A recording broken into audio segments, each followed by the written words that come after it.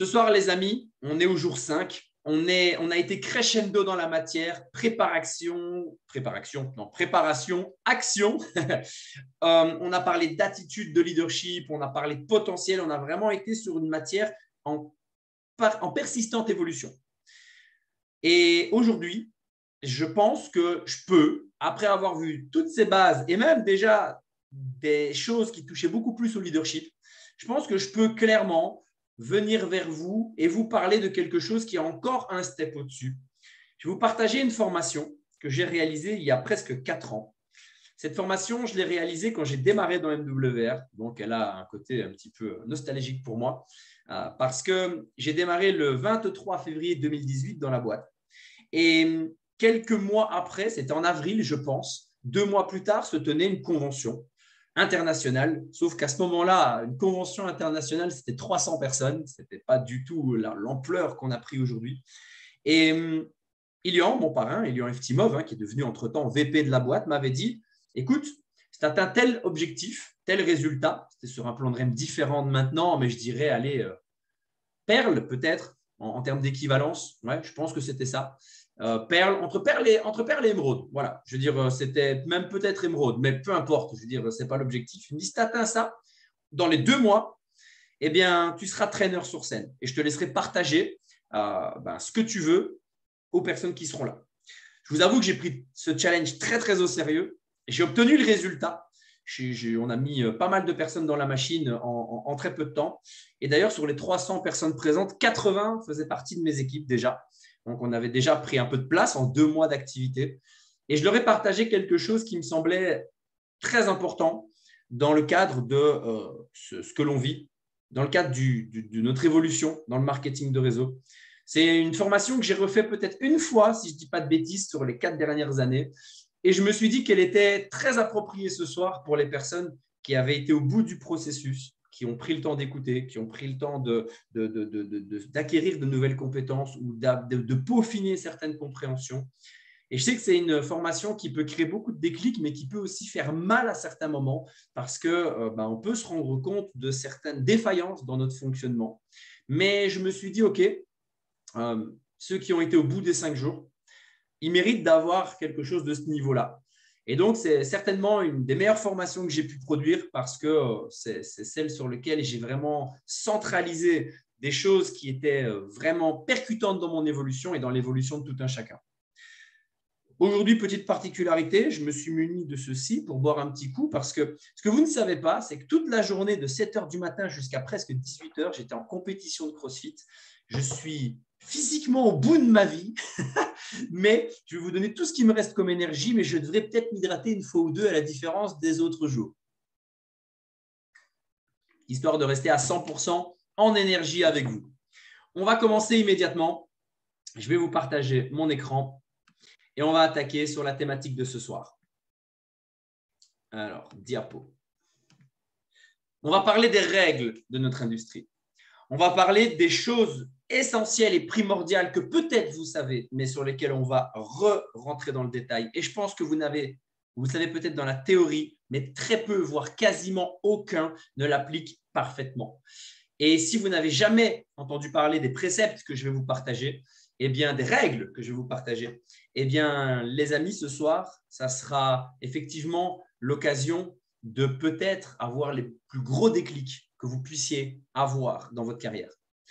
Aldo, mon frérot, je vais tâcher de ne pas aller trop vite, mais cette partie est impactante. Cette partie doit rester impactante. Donc, je vais faire en sorte de contrôler mon rythme au mieux, mais ce n'est pas exclu que je m'excite. Ce n'est pas exclu parce que c'est vraiment primordial que les gens aient les mots qui les percutent cérébralement pour que ce que je vais expliquer là reste ancré. C'est uniquement l'objectif ce soir. Donc, si à un moment je m'excite, et peut-être plus que d'habitude, frérot, tu mets ta caméra, tu me fais ralentir, mais je te le dis, cette matière, elle me fait kiffer parce que je sais à quel point elle peut vraiment changer les choses pour certaines personnes qui seront réceptives. Donc, désolé d'avance, mais c'est toi qui vas me guider ce soir pour le rythme. Il y avait un petit audio qui allait avec. Première règle, on va parler déjà de comprendre le marketing de réseau. J'irai assez vite là-dessus parce que vous l'avez déjà certainement vu. Vous avez 4 façons dans la vie de gagner de l'argent. La première, c'est en tant que salarié parce que vous cherchez de la sécurité, mais vous êtes forcément limité dans votre temps, étant donné que vous avez un contrat et qu'on vous dit de 8h à 17h, vous devez être là. Donc, votre temps ne vous appartient plus, vous le monétisez, vous l'échangez contre de l'argent. Et vous êtes limité également dans votre évolution financière parce que votre contrat stipule combien vous gagnez. Et vous n'allez pas passer de 1 700 € à 2 700 € demain matin. C'est du temps contre de l'argent. C'est le schéma le plus traditionnel. Vous avez ensuite les indépendants, les commerçants, les artisans. Ça va du fleuriste à l'avocat. Certains sont mieux payés que d'autres, évidemment. Mais s'ils ont pris ce statut, c'est parce qu'ils ont besoin d'indépendance. Ils ne veulent pas avoir un patron qui leur dit quoi faire. Et c'est très bien. Mais ils sont également limités dans leur temps et également limités dans leur argent. Pourquoi ? Parce qu'un fleuriste, il va ouvrir son magasin à telle heure, il va le fermer à telle heure. Et s'il n'est pas dans le magasin et qu'il part en vacances, il est fermé, il ne gagne plus rien. Donc, ça reste toujours un échange de temps contre de l'argent. Un avocat, même s'il vous facture 500 € de l'heure, ça veut dire qu'il ne pourra pas gagner plus que 500 € fois le nombre d'heures qu'il va travailler. Et on est limité sur le nombre d'heures qu'on va travailler. Et même s'il gagne très, très bien sa vie, il ne pourra quand même pas gagner plus tant qu'il restera dans cette case-là. Donc, on va considérer que c'est du temps contre peut-être plus d'argent. Ça, les amis, c'est 90% des gens que nous côtoyons. Et ces 90% détiennent 10% des richesses mondiales. Les 2 autres cases, c'est l'entrepreneur. L'entrepreneur, son objectif, son besoin pour entreprendre correctement, c'est du leadership. C'est une capacité à influencer ses employés, à les diriger dans la bonne voie, à avoir une campagne marketing percutante pour influencer les prospects, les futurs clients à acheter. Et il a un système qui travaille pour lui parce que ses employés faisant le travail, ce n'est pas lui qui s'occupe de tout. Un entrepreneur qui a, par exemple, un business dans les panneaux photovoltaïques, je dis ça parce que c'est une boîte que j'ai eue, il a des commerciaux qui vendent, il a des administratifs qui gèrent et il a des ouvriers qui posent. Il n'est ni à la vente, ni à l'administratif, ni à la pose. Il est chef d'orchestre de tout ça. Mais du coup, quand il part en vacances, les commerciaux continuent à vendre, les administratifs continuent de gérer et les ouvriers continuent de poser. Il va juste ne plus orchestrer pendant le temps de ses vacances. Mais ses rémunérations continuent quand même. Il est donc libre de son temps et de son argent parce que ce n'est plus le temps qu'il consacre qui va amener la rémunération, c'est la qualité de son système. Et le dernier, c'est l'investisseur qui, lui, a besoin d'indépendance financière et c'est son argent qui va travailler pour lui. Il va le poser en bourse, il va le poser dans l'immobilier, peu importe. Et forcément, le but étant d'en gagner. C'est donc l'argent qui crée de l'argent. Il n'a donc pas besoin d'être en train de travailler pour gagner de l'argent. Ces 2 dernières cases représentent 10% de la population. Mais c'est eux qui détiennent 90% des richesses. Alors, vous allez me dire, ouais, mais ok, du coup, pourquoi tout le monde ne va pas dans les 2 cases de droite ? Parce que pour entreprendre, il faut accepter le risque. Il faut accepter que des fois, on monte son entreprise, on met tout sur la table, tout ce qu'on a économisé, et ça ne marche pas, on le perd. Il faut accepter qu'en tant qu'investisseur, ça soit la même chose. Si c'était poser, gagner, tout le monde le ferait. C'est parce que des fois, c'est poser, perdre, poser, perdre, poser, perdre. Et tu as des choses à apprendre pour poser, gagner. Et c'est déjà tellement difficile pour la case de gauche d'économiser et de mettre de côté que c'est trop risqué pour eux de rentrer dans les cases de droite et de perdre tout ce qu'ils avaient entre les mains. Où sommes-nous dans le marketing de réseau ? Eh bien, nous sommes dans les cases de droite et plus précisément dans l'entrepreneuriat. Parce qu'aujourd'hui, que je bosse ou que je ne bosse pas, ça n'empêchera pas Aldo de travailler. Ça n'empêchera pas Flo de travailler. Ça n'empêchera pas les équipes de fonctionner, que je sois sur le terrain ou pas. J'ai créé un système qui travaille pour moi. Avec une différence fondamentale, c'est que ça me coûte 12 € par mois, la partie business, les frais business. Et encore, quand je dis ça me coûte, forcément, je gagne plus que ça, donc ça ne me coûte rien. Mais admettons, je n'ai pas d'employé à payer, je n'ai pas de stock, je n'ai pas de loyer, je n'ai rien. On est dans la case de l'entrepreneur sans tous les inconvénients qu'un entrepreneur va rencontrer. Sans tout, nous, notre échec, il est au pire en termes de temps. On a perdu du temps ou peut-être un tout petit peu d'argent, mais rien à voir avec un entrepreneur traditionnel. Et en plus, l'argent qu'on va générer dans cette case-là va nous servir à devenir investisseur. Et donc, on maximise ce qui se fait mieux sur cette terre pour devenir libre financièrement. Ça, c'est le marketing de réseau, les amis. Si vous ne l'aviez pas encore compris, c'est là où on a mis les pieds. Vous n'avez pas mis les pieds dans un truc sympa. Vous avez mis les pieds dans quelque chose qui peut révolutionner votre vie. Ça vous paraît complètement fou que je dise ça. Parce que peut-être que vous trouvez que c'est exagéré. Je peux vous dire que ça a révolutionné la mienne. Je peux vous dire que je ne suis pas devenu riche avec le reste. Je suis devenu riche avec le MLM. Je peux vous dire que je ne suis pas devenu la personne que je suis aujourd'hui avec le reste. Je suis devenu la personne que je suis avec le MLM. Parce que ce n'est pas qu'une richesse financière. On y viendra.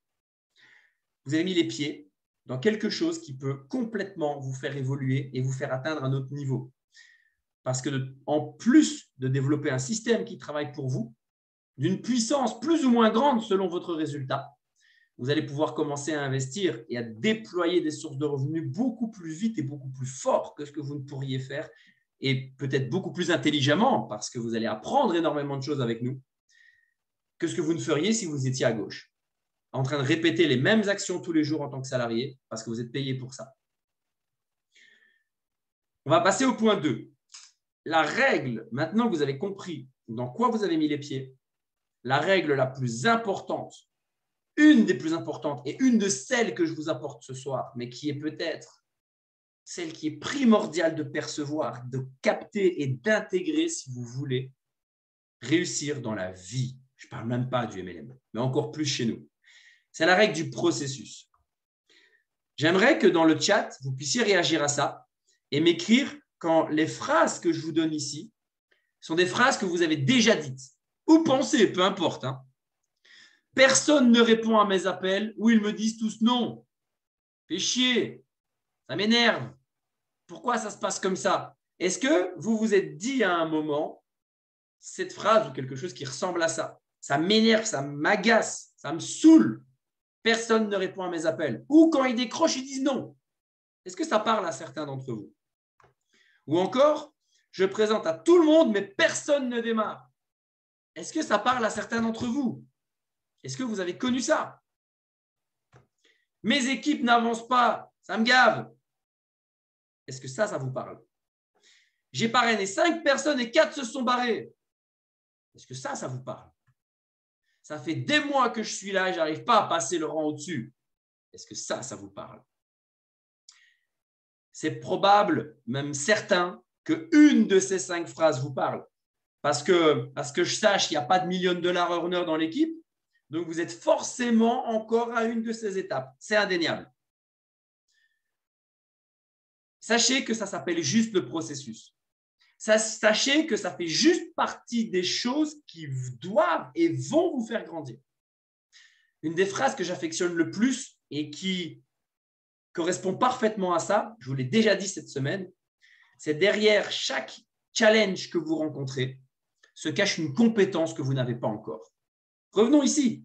Personne ne répond à mes appels où ils disent tous non. Derrière ce challenge se cache la compétence de l'invitation que vous devez améliorer.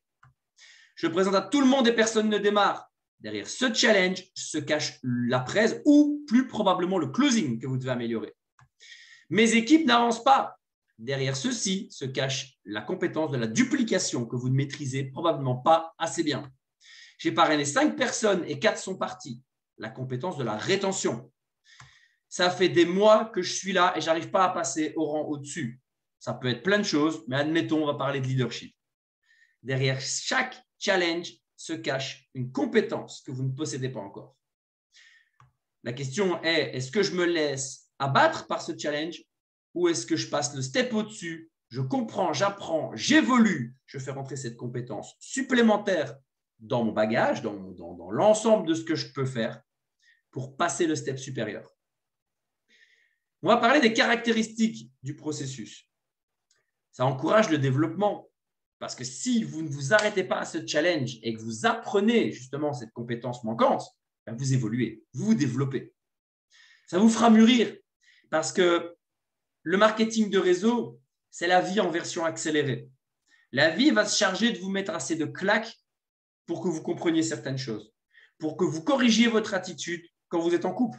Elle va vous mettre des claques, elle va vous faire vivre des moments difficiles pour que vous compreniez, que vous vous amélioriez et que vous puissiez, soit avec la même personne si ça marche toujours, soit avec la suivante, avoir une meilleure qualité de relation. Parce que vous aurez un meilleur comportement qui sera le fruit de votre apprentissage précédent. Ça vous fait mûrir. Mais le MLM, c'est la même chose en format business. Et c'est surtout quelque chose qui va vous donner des challenges et des gifles et des moments difficiles de façon accélérée. Dans la vie, ça tombe, hein, évidemment, mais dans le MLM, ça tombe plus vite. Tout est question de mindset, d'état d'esprit. Mindset, ça veut dire état d'esprit en anglais. 100% de votre évolution dans ce processus dépend de votre perception des choses, dépend de comment vous allez prendre la situation. Exemple très simple. Si vous montez sur le ring contre Mike Tyson, on n'a pas très envie de base, et que vous vous dites, je vais me faire massacrer, ceci est une pensée, un état d'esprit, qui va générer une émotion. C'est mon cœur que je montre. Qui va générer une émotion, qui est la peur d'aller sur le ring. Votre pensée génère une émotion. Votre émotion va générer une action. Vous allez vous défendre, vous allez essayer de ne pas avoir trop mal. Vous avez peur, vous voulez essayer d'encaisser un minimum, qui va générer un résultat, votre défaite, et surtout le fait que comme vous faites que vous défendre, vous allez en prendre plein la tronche. Changeons la base. C'est Mike Tyson, je vais peut-être en prendre, mais je vais lui en remettre. Mike Tyson, pas Mike Tyson, je m'en fous de gagner ou de perdre, mais il va ramasser aussi. Si je ramasse, il ramasse. Pensée positive, différente, beaucoup plus puissante. Émotion, j'ai la rage. Je vais quand même lui faire mal. Peu importe ce qui se passe sur le ring, il va ramasser aussi. Action, vous êtes beaucoup moins défensif et vous y allez. Résultat, je ne sais pas si vous gagnerez contre Mike Tyson, mais une chose est sûre, c'est que le combat sera beaucoup plus passionnant. Vous en prendrez peut-être moins plein la tronche, parce qu'il va voir qu'il y a du répondant en face. Et si ce n'était pas Mike Tyson dans mon exemple, mais un autre boxeur, peut-être que vous pourriez gagner. Vous comprenez la différence? C'est exactement la même chose ici. Votre pensée, votre état d'esprit va générer une émotion, qui va générer une action, qui va générer un résultat. Si vous pensez de la merde, vous aurez une émotion de merde, une action de merde et un résultat de merde. Le processus change les gens. Les gens qui ont démarré pour la première fois dans le marketing de réseau, dans cette équipe, je ne citerai pas tous, mais je pense à Flo, à Alexis, à Jérém, je pense à certains d'entre eux parce qu'ils sont en plus très jeunes. Les mecs qui sont rentrés, les mecs qui sont aujourd'hui, c'est deux mondes totalement opposés. Le mec d'aujourd'hui dirait au mec d'il y a 2-3 ans qu'il était vraiment con. Tellement la différence est majeure, l'évolution psychologique est importante et à quel point ils ont grandi. Mais le processus n'est pas facile. Parce que si ça l'était, ça serait accessible à tous. Et si tout le monde était aussi talentueux que Messi ou Ronaldo, en fait, Messi ou Ronaldo n'auraient plus aucune saveur. Ça serait juste des footballeurs normaux. Ça serait beaucoup moins excitant de les regarder. Eh bien, c'est à ça que le processus va aussi servir, à faire le tri. Les étapes du processus. D'abord, vous ne savez pas que vous ne savez pas. À savoir que dès le départ, en finalité, si vous ne savez pas comment inviter, vous ignorez même que l'invitation demande de la compétence. Vous pensez le faire n'importe comment et que ça va marcher. Dans ce cas-là, qu'est-ce que vous devez faire? Écoutez, soyez coachables. Écoutez les personnes qui ont de l'expérience et qui vont vous apprendre comment faire. Ensuite, ça y est, j'ai compris. On m'a dit qu'il fallait que j'invite de cette façon-là, que je close de cette façon-là. Et donc, je sais que je dois savoir. Je suis en train de prendre conscience de je ne suis pas très compétent aujourd'hui. Mais c'est bien, parce que si je suis complètement ignorant de mon incompétence, je ne peux pas l'améliorer. Étape 2, parce qu'on vous l'a expliqué, vous avez été coachable, vous êtes conscient que vous n'êtes pas encore très compétent et qu'il faut travailler. Et du coup, soyez gourmand de formation. Allez vous former pour acquérir cette compétence. Vous savez que vous ne savez pas, Vous préparez donc un plan d'action pour votre croissance. Et ensuite, la compétence, elle arrive à force de répétition, à force de formation, et vous commencez à savoir. Et dans ce cas-là, vous allez commencer seulement à récolter les fruits de vos efforts. J'ai pris un exemple, l'invitation, je pourrais prendre la présentation, je pourrais prendre le closing, je pourrais prendre la duplication, je pourrais prendre la rétention, je pourrais prendre le leadership, je pourrais prendre la parole en public, je pourrais prendre n'importe quoi. Et ensuite, vu que vous êtes beaucoup plus en compréhension de tout ça, eh bien, vous allez avancer et évoluer en fonction de ce que vous savez, tout simplement. Et donc, vos résultats vont se décupler parce que vous savez. Jusqu'à la prochaine étape du processus, que vous ignoriez encore jusque-là, parce que vous ne savez pas ce que vous ne savez pas, et vous allez re-rentrer dans le même processus pour chaque étape, chaque challenge, chaque compétence que vous devez maîtriser. Le secret de notre réussite se trouve dans notre agenda quotidien. Évidemment que si vous vous confrontez au processus une fois par semaine en faisant un appel, une presse et un closing, votre apprentissage sera plus lent que si vous vous y confrontez une fois par jour, qui lui-même sera plus lent que si vous vous y confrontez 5 fois ou 10 fois ou 20 fois par jour.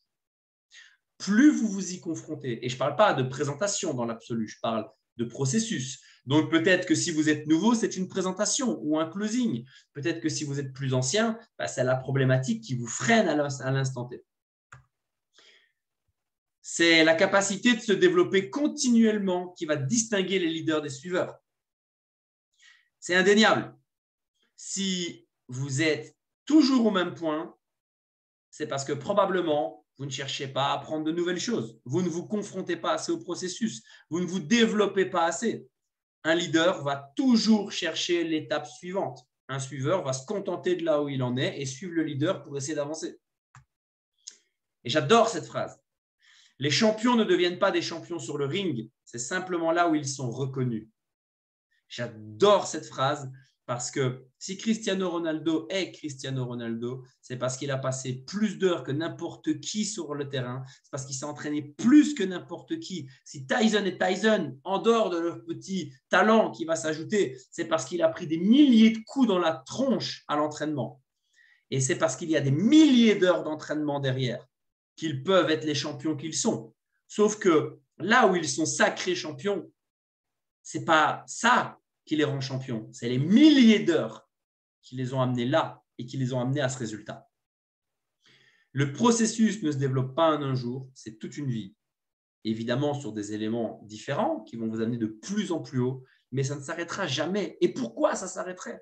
Pourquoi voudrait-on arrêter d'évoluer? Pourquoi voudrait-on stagner? Peu importe ce qu'on gagne. L'être humain ne se plaît que dans l'évolution. Si vous n'avez aucune évolution dans votre vie, vous vous faites chier. C'est que vous gagnez 1000, 10 000, 100 000 ou 1 million par mois, ça ne change rien. C'est l'évolution qui fait vibrer. Ça, c'était la première règle. Et le deuxième point qu'on voyait ce soir, on va passer au troisième point, qui est la règle du mimétisme. Et là, comme tout à l'heure, je vais vous demander de me dire dans le chat, est-ce que oui ou non, ce que je vais vous partager ici vous parle? Mes équipes ne sont pas coachables. Est-ce que ça vous parle? Est-ce que ça, c'est une réflexion que vous vous êtes déjà fait? Je veux voir des gens qui sont honnêtes avec eux-mêmes et qui réagissent à ça. Si ce n'est pas ça, peut-être mes équipes ne fixent pas assez de rendez-vous. Mes équipes ne suivent pas les événements. Ils étaient là les 2 premiers jours de l'Elevation Week et ils ne sont plus là maintenant. Mes équipes ne font rentrer personne. Je pense que c'est des choses que vous vous êtes indéniablement dit pendant votre carrière. J'ai une question. Mes équipes ne sont pas coachables. Est-ce que vous l'êtes? Mes équipes ne fixent pas assez de rendez-vous. Ouvre-moi ton putain d'agenda et montre-moi combien tu en as. Mes équipes ne suivent pas les événements. Est-ce que toi, tu es assidu comme tu le devrais pour ces événements? Si la réponse, elle est oui, tes équipes vont suivre. Ce n'est qu'une question de temps, ne t'inquiète pas.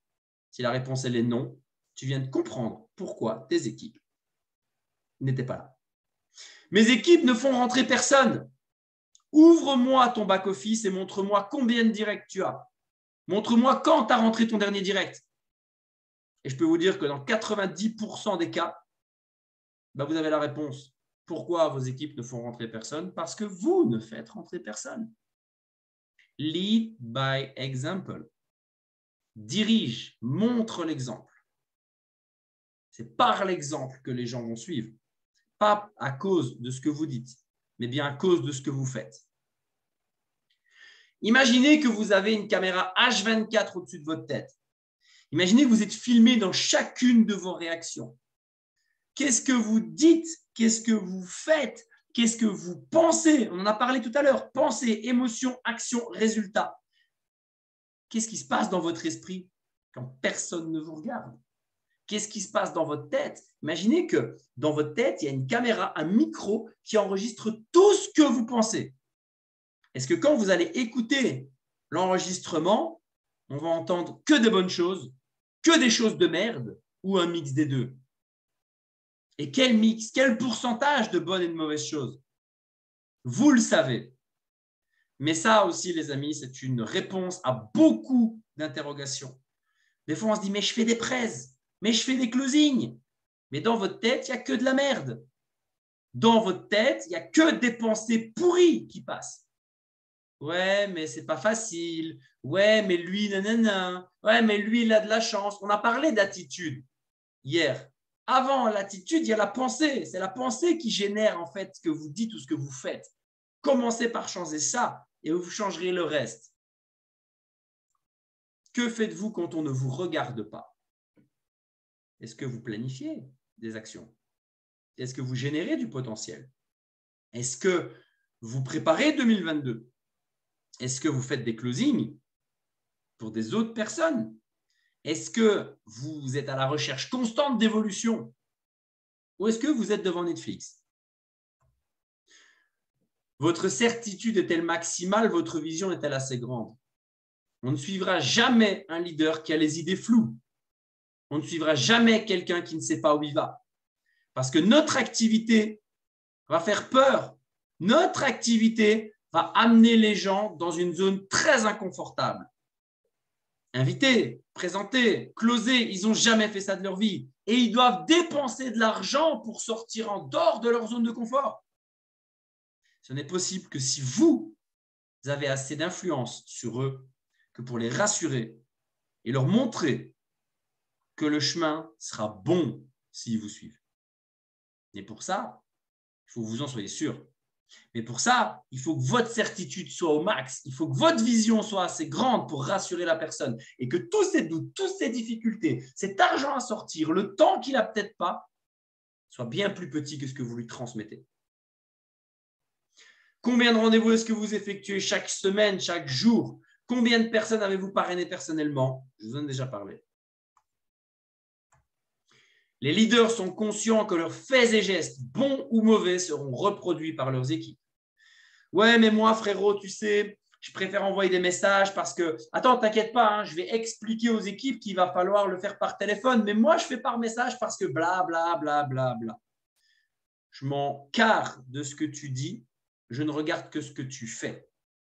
Je vois mieux que je n'entends. Ce que tu dis ne m'intéresse pas. Tout le monde dit des jolies choses. Et qu'est-ce que tu fais réellement? Parce que c'est ça qui sera copié. C'est ça qui sera transmis. Personne ne suivra un leader aux idées floues, je vous l'ai déjà expliqué. Un leader ne commande pas, il montre l'exemple. Le leader ne dit pas « allez là-bas », il va là-bas et il dit « suivez-moi si vous en avez envie ». Les gens ne feront jamais ce que vous dites, mais bien ce que vous faites. Je regarde le temps, ça va, je ne suis pas trop long. Donc, je vais vous parler de l'exemple du Dalai Lama, j'aime bien. Il prend un petit peu de temps cet exemple, c'est pour ça que je le fais uniquement quand le timing est pas mal. Je ne veux pas vous maintenir plus d'1 heure. C'était le deal au départ, vu qu'on a enchaîné les formations. Et jusque-là, je l'ai respecté. C'est l'histoire d'un enfant et d'une maman. Et l'enfant, il est gros. Et il bouffe du sucre et il bouffe n'importe quoi. Et ils sont très croyants.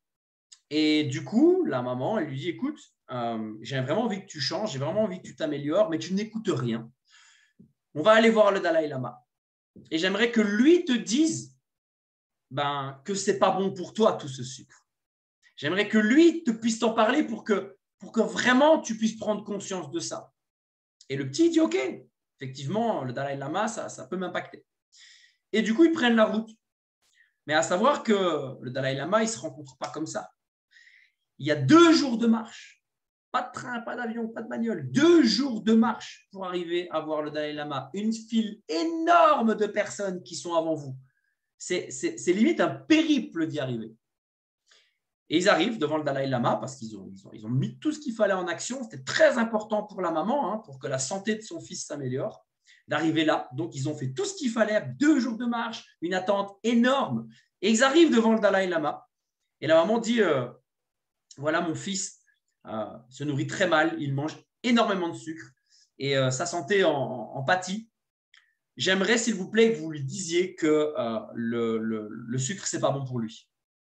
Et le Dalai Lama, il leur dit « Ok, mais revenez dans une semaine. » Et la maman lui dit « Mais écoutez, non, je ne peux pas revenir dans une semaine. Ça veut dire que je dois encore marcher 2 jours pour repartir, 2 jours pour revenir et après encore 2 jours pour repartir. C'est pas possible. Je ne peux pas faire ça.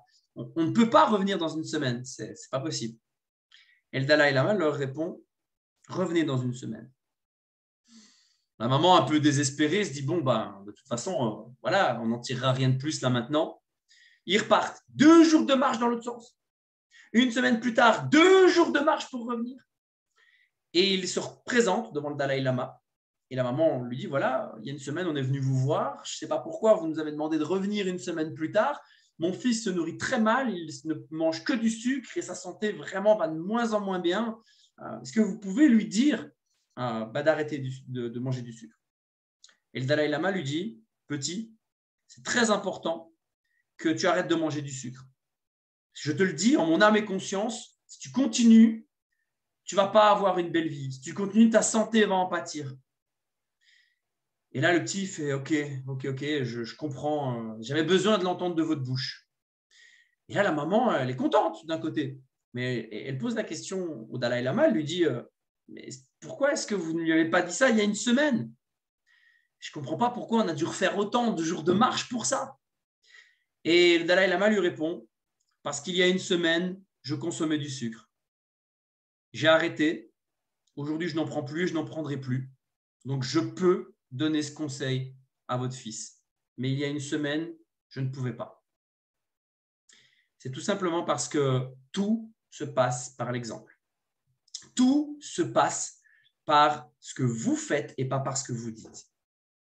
Et j'adore cette histoire parce que ça montre, c'est une histoire évidemment, mais je trouve que c'est très impactant comme métaphore pour comprendre que quoi que vous puissiez dire, ça n'aura aucune importance face à ce que vous pouvez faire. Lead by example. Nous ne sommes pas payés pour être des managers. Qu'est-ce que ça signifie ? Eh bien, tout simplement que votre rôle n'est pas de dire aux gens quoi faire, votre rôle est de montrer aux gens quoi faire. Un manager, il gère. To manage en anglais, ça veut dire gérer. Votre rôle, ce n'est pas de gérer. Votre rôle, c'est d'accompagner, c'est de montrer la direction. Dernière règle que je vous apporte ce soir, dernier élément, et j'espère que déjà là, sur les quelques points que j'ai apportés, vous avez déjà pu avoir un déclic, avoir quelque chose qui va changer la donne pour vous, pour 2022, parce que c'est bien là l'objectif de cette préparation.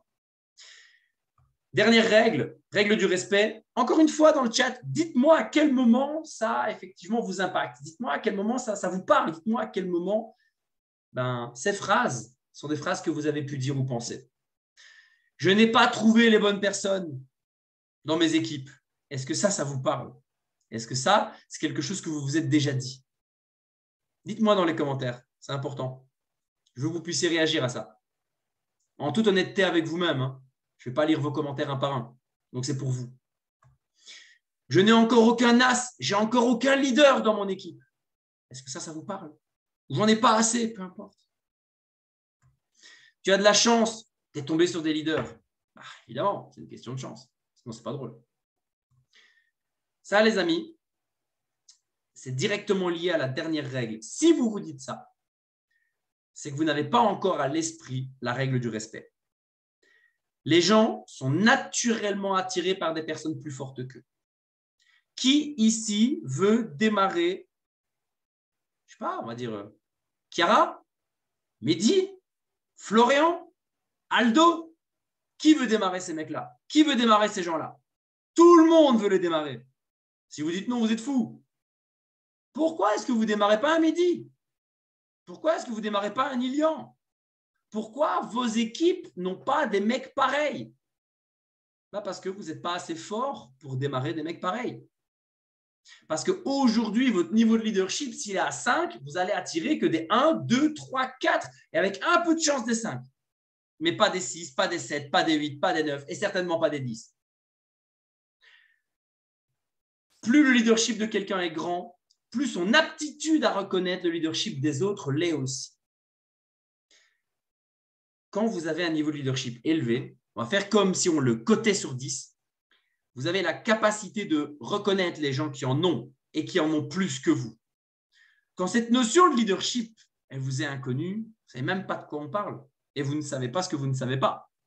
Donc, évidemment que vous ne pouvez même pas distinguer ça chez l'autre. Aujourd'hui, demandez à quelqu'un qui a un gros niveau de leadership et de résultats s'il est capable, en une discussion, de détecter la puissance de la personne en face de lui. La réponse, elle est oui. Parce que plus tu as de leadership, plus tu es capable de capter et de comprendre le leadership qu'a la personne en face. La mesure de votre leadership se vérifie à travers les gens qui vous suivent. Être un leader signifie avoir de l'influence sur les gens, ce qui va leur permettre de vous suivre. Si vous avez une équipe de bras cassés, c'est parce que vous êtes un bras cassé. Parce que vous n'attirerez jamais des gens plus forts que vous. Regardez la tête de vos équipes. Je suis désolé de vous dire ça, ça peut être violent pour certains, mais c'est vrai. Et aujourd'hui, je suis là pour vous faire grandir. Aujourd'hui, je suis là pour vous apporter des informations qui ne sont pas là pour vous faire plaisir, mais qui sont là pour vous faire grandir. Dites-moi que je suis un gros con si ça vous frustre, mais moi, je peux vous dire une chose, c'est que c'est vrai. Et que si vous l'intégrez, vous corrigez, vous vous améliorez et vous vivez ce processus plus fort, plus vite et mieux, parce que vous captez que c'est normal et que vous évoluez, vous attirerez des gens plus forts. Et dans 6 mois, 1 an, 2 ans, peu importe le temps que ça prendra, votre équipe n'aura plus du tout la même tête que maintenant. Parce que si vous n'avez que des 3 et des 4 sur 10 dans votre réseau, c'est parce que vous n'êtes qu'un 3 ou un 4 sur 10. Devenez un 6, devenez un 7, devenez un 8. Et là, vous attirerez des 6, 7 et 8. 6 façons les plus efficaces pour un leader de mériter le respect des gens qui veulent le suivre. Il y a son talent naturel, parce qu'évidemment que c'est quelque chose qui peut influencer, c'est quelque chose qui joue. Le talent, c'est une arme supplémentaire. Ce n'est pas la seule arme, fort heureusement, mais c'en est une. Son respect pour les autres. Vous ne serez jamais respecté si ce n'est pas vous qui émettez d'abord le respect. Que ce soit pour quelqu'un qui galère à devenir silver ou que ce soit pour quelqu'un qui est multimillionnaire, on s'en fout. Ce qu'on veut, c'est apporter du respect et de la valeur à l'autre. Vous pouvez être respecté aussi pour votre courage, votre abnégation. Vous ne lâchez pas. Vous acceptez les temps durs comme vous profitez des temps bons. Mais vous êtes courageux. Vous ne lâchez pas. Votre succès aura effectivement de l'influence parce que c'est très bien d'avoir du talent, du respect pour les autres et du courage, mais si ça ne se matérialise pas à un moment, évidemment que ça a moins de substance. Donc, votre succès sera également source de leadership. Votre loyauté. Est-ce que dès qu'il se passe quelque chose, vous quittez les leaders, vous quittez les boîtes, vous quittez tout le tralala? Je ne critique pas les choix des gens. Je ne critique pas ceux qui le font. Ils ont peut-être une bonne raison. Mais la réalité, les amis, c'est qu'aujourd'hui, j'ai quitté des boîtes. MWR, c'est ma 4e. En presque 14 ans. Je l'ai fait parce qu'il y a des circonstances qui nous demandent de le faire. Mais je ne l'ai jamais fait par envie. Je l'ai fait par obligation. Ma première boîte, elle était dans le domaine financier en Belgique, Ergo, pour ceux qui ont connu, qui connaissent. Elle a tout simplement arrêté de se développer en marketing de réseau. ils sont restés une compagnie d'assurance, ils ont arrêté de développer le marketing de réseau. Donc, difficile pour moi de rester dans quelque chose qui n'existe plus. La deuxième, elle a fait faillite. Difficile pour moi de rester dans quelque chose qui n'existe plus. La troisième, elle a dit, alors que j'habitais en Belgique à ce moment-là, vu que je suis belge comme vous le savez, vous ne pouvez pas développer la Belgique, c'est un pays fermé, c'est illégal et il n'ouvrira pas. Donc, n'ayez pas d'espoir. Il y a un moment, voilà. C'est ce qui fait que j'ai démarré en 2018 MWR. Ma loyauté, elle a une fin, qui est la fin obligatoire, parce qu'évidemment, je ne peux pas faire tout seul, hein, et j'ai besoin de la boîte, j'ai besoin du soutien, j'ai besoin de tout ça. Mais s'il n'y avait pas eu ces cas de figure-là, probablement que je serais peut-être encore dans la première. Parce que le succès, c'est vous qui le créez. La valeur qu'il ajoute aux autres, c'est aussi quelque chose de primordial si vous voulez être respecté en tant que leader. Cherchez à apporter de la valeur. Cherchez à aider, quel que soit le niveau de la personne et quel que soit l'impact que ça peut avoir sur vous financièrement ou pas. Quand les gens vous respectent comme personne, ils vous admirent. Quand les gens vous respectent comme amis, ils vous aiment. C'est très bien. Mais quand les gens vous respectent comme leader, ils vous suivent. Je serais très content que vous soyez une bonne personne, c'est important. Je suis encore plus content si vous êtes un bon ami, c'est très important. Mais si vous voulez réussir dans l'entrepreneuriat, dans le marketing de réseau, vous devez être un bon leader. Et c'est parce que vous allez devenir un bon leader que les gens vont vous suivre. Pas parce que vous êtes un bon ami ou une bonne personne. Ça va aider. Ça fait partie des critères qui vont appuyer votre leadership. Mais c'est votre capacité au leadership qui va déterminer tout ça. Et pour terminer, les amis, cette formation prend fin après ce slide. Encore que j'aurais peut-être quand même un petit truc à vous partager, mais c'est une vidéo qui est en français, donc je ne le ferai pas parce que je ne veux pas que les Italiens ne comprennent pas. Et Aldo, ça va être difficile de traduire en simultané une vidéo. Donc, je terminerai par ceci. Ça, c'est peut-être votre évolution aujourd'hui. Peut-être qu'elle est plus grande, peut-être qu'elle est moins grande. Ce que je veux vous expliquer et qui va clôturer la formation du soir, c'est que des fois, 1 centimètre de différence, une correction, un détail de ce que je vous ai expliqué ce soir, dans le processus, le mimétisme ou le respect qui vous a impacté et qui va vous permettre de corriger 1 centimètre, peut changer complètement votre évolution.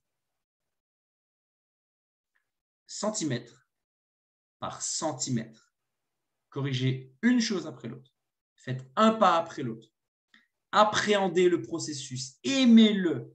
Aimez les challenges que vous rencontrez. C'est une nouvelle possibilité d'évolution. N'oubliez jamais que ce que vous faites représente ce que les équipes vont faire, pas ce que vous dites. Et n'oubliez jamais que vos équipes ne sont que le résultat des gens qui vous suivent et donc le résultat de votre influence et par définition le résultat de votre leadership. Vous voulez des meilleures équipes, devenez un meilleur leader, tout simplement. Et ça passe par le processus. Voilà les amis pour la formation de ce soir. J'espère qu'elle vous aura apporté quelque chose.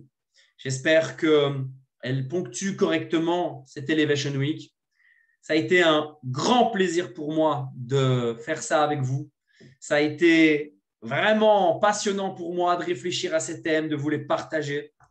Je serai très, très heureux de vous expliquer début janvier tout ce que l'on vous prépare. Parce que 2022 et dès janvier, je vous l'ai dit dans la préparation, on ne va pas être là pour rigoler et dès le mois de janvier, avec l'appui de la société, on va mettre des grosses choses en place.